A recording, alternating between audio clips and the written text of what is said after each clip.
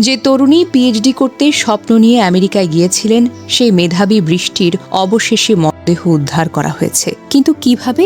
একটা সাধারণ মাছ ধরার নৌকার মাধ্যমে, যেখানে কেউ কল্পনাও করেনি এমন ভয়ঙ্কর দৃশ্য অপেক্ষা করছে। হিলসবোরো কান্ট্রির শেরিফ চ্যাড ক্রনেস্টার এক সংবাদ সম্মেলনে আনুষ্ঠানিকভাবে নিশ্চিত করেছেন উদ্ধারকৃত দ্বিতীয় মরদেহটি নাহিদা সুলতানা বৃষ্টির। ডিএনএ পরীক্ষা এবং দাঁতের রেকর্ড মিলিয়ে শনাক্ত করা হয়েছে তাকে। কিভাবে পাওয়া গেল বৃষ্টির মরদেহ?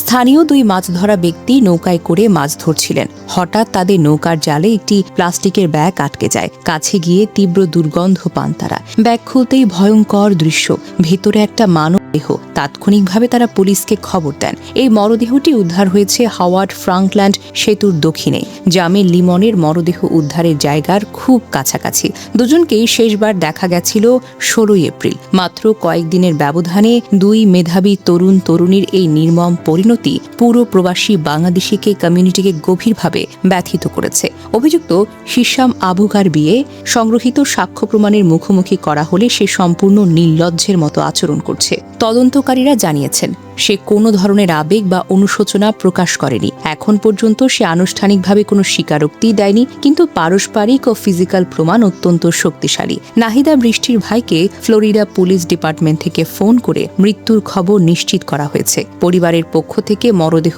বাংলাদেশে পাঠানোর অনুরোধ জানানো হয়েছে। ওয়াশিংটন ডিসির বাংলাদেশ দূতাবাস ও মিয়ামির কনসুলেটরের মাধ্যমে প্রক্রিয়া শুরু হয়েছে। এদিকে যুক্তরাষ্ট্রের নৃশংস হত্যার শিকার দুই বাংলাদেশি পিএইচডি শিক্ষার্থী জামিল আহমেদ লিমন ও নাহিদা বৃষ্টির নামে স্মৃতিসৌধ নির্মাণের ঘোষণা দিয়েছেন ইউনিভার্সিটি অব সাউথ ফ্লোরিডার প্রেসিডেন্ট ময়েজ লিমাইন। তিনি বলেন, আগামী সপ্তাহে অনুষ্ঠেয় সমাবর্তন অনুষ্ঠানেও বৃষ্টি ও লিমানকে স্মরণ করা হবে। তাদেরকে চিরস্মরণীয় করে রাখতে ক্যাম্পাসে একটি স্মৃতিসৌধ নির্মাণ করা হবে। শুক্রবার ক্যাম্পাস সংলগ্ন ক্রিসেন্ট হিলে একটি গাছের সামনে শোক অনুষ্ঠানে তিনি এই সকল কথা বলেন।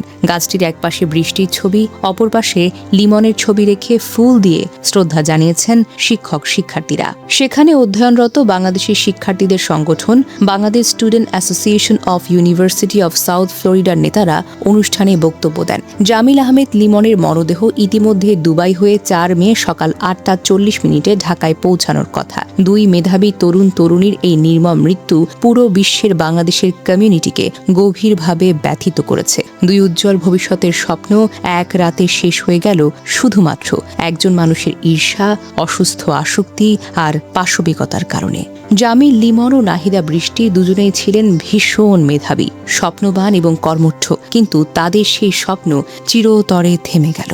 নাহিদা সুলতানার বৃষ্টির আত্মার মাগফিরাত আমরা কামনা করি। দুই পরিবারের প্রতি গভীর সমবেদনা। খুনি হিশাম আবু গারবিয়ে দৃষ্টান্তমূলক শাস্তি হোক, এটা আমাদের সবার দাবি। একটা ঘটনা আমাদের সবাইকে মনে করিয়ে দেয় মানুষের জীবন কতটা অনিশ্চিত।